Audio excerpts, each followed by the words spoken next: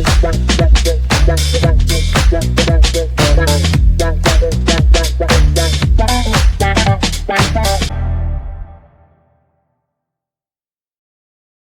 right, so are you ready for this? We are diving deep today into kind of a literary mystery with this self-published book called The Truth. And the catch is the author is listed as unknown. We've got a peek inside the outline and the intro and even a whole chapter. So that's enough to kind of get a feel for it and see if this truth is worth uncovering. Yeah, it's really intriguing right off the bat, isn't it? I mean, the anonymity makes you wonder, like, what are the author's motives? I mean, are they trying to just let the ideas speak for themselves, or could there be like a deeper reason for staying hidden? Yeah, I'm hooked already. And then you get to those chapter titles, and it's like they're designed to just like make you raise an eyebrow a little bit, wash others and do the opposite, make more mistakes. I mean, they're not your typical self-help platitudes. Yeah, I think it's refreshing, actually. There's a boldness to these titles. There's a sense that the book isn't afraid to kind of challenge the conventional wisdom. Okay, so let's jump in. The book kicks off with part 1, the mindset shift. A very familiar concept, I think, in self-improvement, the idea that your thoughts shape your reality, but the truth seems to be pushing for something more than just positive thinking. Yeah, I think that's right. It's less about affirmations and more about action. This isn't just about thinking the right thoughts. It's about, like, cultivating a mindset that leads to concrete changes in your life. That's a good point. Even the chapter titles in this section kind of hint at that you've got work on your willpower, which is pretty standard self-help fare. Right. But then you have this chapter called Watch Others and Do the Opposite, which feels almost rebellious. Yeah, that one definitely jumps out.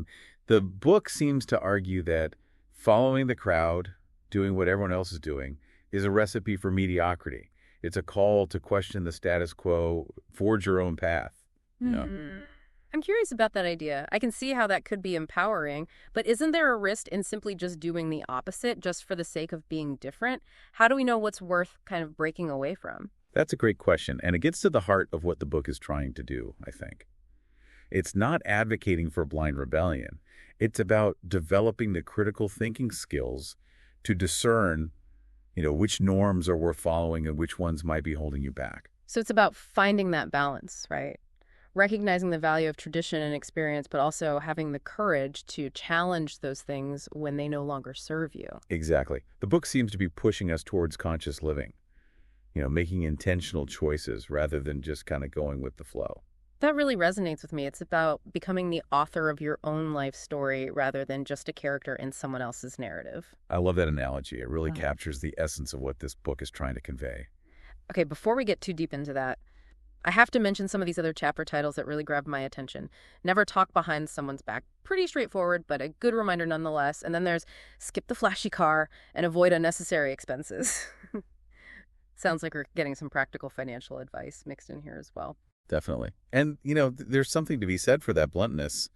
It's refreshing to see a self-help book that doesn't shy away from giving concrete, actionable advice. Right. It's not all just vague concepts and feel-good affirmations. And then, of course, you have mentally prepare for the death of loved ones, which is, well, a bit heavier than the others, but also a reality we all have to face at some point. It's an important topic and one that many self-help books tend to avoid. It's the fact that this book tackles it head on, I think, speaks to its willingness to address the full spectrum of human experience, even the uncomfortable parts. I'm really intrigued to see how the author kind of approaches that particular subject, but for now, let's dive into a chapter that really stood out to me.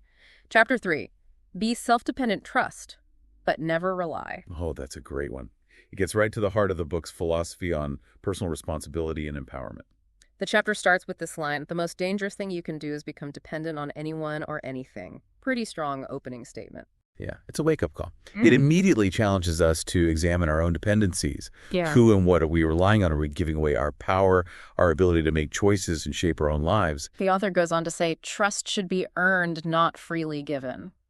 That's a pretty bold statement in a world where we're often told to be, open and trusting. It's provocative, but I think there's wisdom there. Yeah.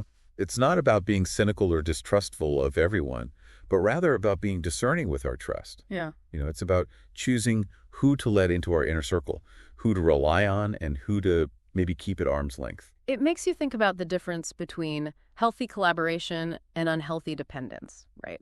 When does leaning on others for support become a crutch that prevents us from growing and developing our own strength. Exactly.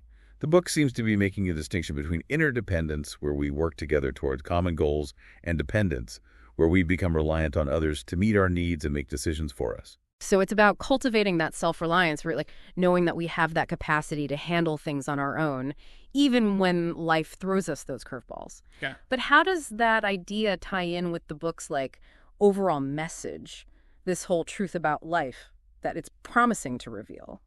Well, if we look at the excerpts we have, the core message really seems to be about this like radical responsibility, for our lives. It's about letting go of that blame, letting go of waiting for things to happen, and instead like stepping into that driver's seat and taking action. Okay, that's interesting because on the surface, that message of self-reliance might seem to contradict the idea of like building strong relationships, which is something the book also really emphasizes. So how do those two concepts coexist? Well, I think it's a matter of perspective. The book isn't saying we should all just isolate ourselves. It's about recognizing that healthy relationships are built on a foundation of like self-assured individuals who can contribute their unique strengths and perspectives. So it's not about going it alone. It's more about approaching relationships from a place of strength and independence, rather than neediness or codependence. Precisely. And that shift in mindset can make a huge difference in the quality of our connections when we're not, desperately seeking validation or support from others. We can engage in relationships in a much more like authentic and fulfilling way. Right. I can see how that kind of ties in with the whole chapter on avoiding talking behind people's backs. If you're really secure in yourself and your relationships, you're less likely to engage in, all that gossip and negativity. Absolutely. It's about cultivating a sense of integrity, both in our interactions with others and in our relationship with ourselves. Yeah, the book kind of seems to be encouraging us to be more mindful of the energy we put into our relationships, to focus on building each other up rather than tearing each other down. Yeah, and that mindful approach kind of extends to other areas of life as well. Like, finance is the chapter on skipping the flashy car and avoiding unnecessary expenses. It's not just about saving money. It's about like aligning our spending with our values and priorities. It's about making those conscious choices, right? About how we use our resources rather than just mindlessly, following trends or trying to keep up with the Joneses. Right. It's about recognizing that, true wealth isn't measured by like the things we own, but by the freedom and security we create for ourselves through, those mindful financial decisions. Yeah, this idea aligning our actions with our values seems to be like a recurring theme in the book, whether it's about relationships, finances, or personal growth. It's about living in a way that reflects our, deepest truths. And I think that's what the author is ultimately getting at with this whole concept of the truth about life. It's about living authentically, taking ownership of our choices, and creating a life that aligns with, our values and aspirations. Okay, but let's be realistic, right? Life isn't always easy. We face challenges and setbacks, and sometimes it just feels like things are totally out of our control. So how does the book address those realities? Well, the book acknowledges that life is full of like complexities and uncertainties, but it also challenges us to examine, how much of our experience is truly beyond our control and how much is actually shaped by our own perceptions, beliefs, and reactions. So it's about recognizing that even in those difficult circumstances, we still have choices, right? We can choose how we respond, how we interpret those events, and how we move forward. Exactly. It's about cultivating that resilience, that inner strength that allows us to navigate challenges without, losing sight of our goals and values. It's about focusing on what we can control, right? Rather than getting bogged down by what we can't. That's a powerful message, especially in a world that often feels so chaotic and unpredictable. It is. And it's a message that requires a certain level of self-awareness, a willingness to really honestly examine our own thoughts, beliefs, and behaviors. Right. And that's where the book's emphasis on mindset really comes in. It's not just about like thinking positive thoughts. It's about developing that mental discipline and emotional resilience to navigate life's, ups and downs without losing sight of who we are and what we want. And it's about recognizing that, our mindset is a choice. We can choose to dwell on negativity, or we can choose to focus on like possibility and growth. Yeah, I'm really starting to see how all of these like seemingly disparate pieces of the book are actually fitting together. The self-reliance, the personal responsibility, the emphasis on mindset. It's all part of this like larger framework for creating a life of purpose and fulfillment. I think you're right. It's about taking this holistic approach to personal growth. Recognizing that our thoughts, our actions, and our relationships are all interconnected. And it's about understanding that true happiness, it isn't something that just happens to us. It's something we create through our choices, our mindset, and our actions. Yeah, it's about taking ownership of our own happiness rather than expecting others to provide it for us. And that kind of brings us back to that concluding section of the book, The Truth About Life. What are the key takeaways there? What's the ultimate message the author is trying to convey? Well, it's a culmination of everything we've been talking about. You know, it's about recognizing that we are the architects of our own lives. It's about embracing personal responsibility, cultivating that mindset of empowerment, and making choices that align with our values. It's about realizing that we have way more control over our destiny than we often give ourselves credit for. Exactly. The author seems to be suggesting that, true fulfillment comes from living authentically, from pursuing our passions, and from making a positive impact on the world around us. It's a message that really resonates with me. It's a reminder that life is a journey, not a destination. And it's a journey that's, best navigated with a clear sense of purpose, a willingness to learn and grow, and a commitment to living in alignment with our truest selves. Yeah, it is inspiring to think about, the power we have to kind of shape our own lives. But I'm also wondering about the author's choice to stay anonymous. Like, does that anonymity add to the message in some way?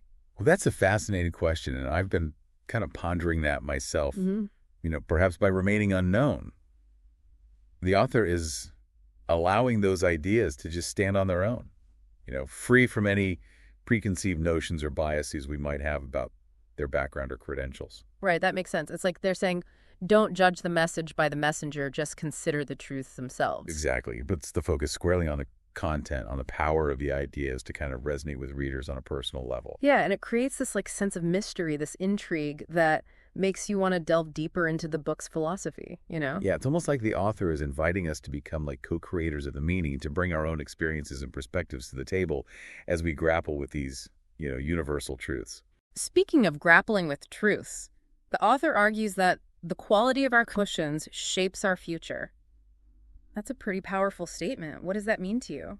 Well, it's a reminder that, personal growth isn't a passive process.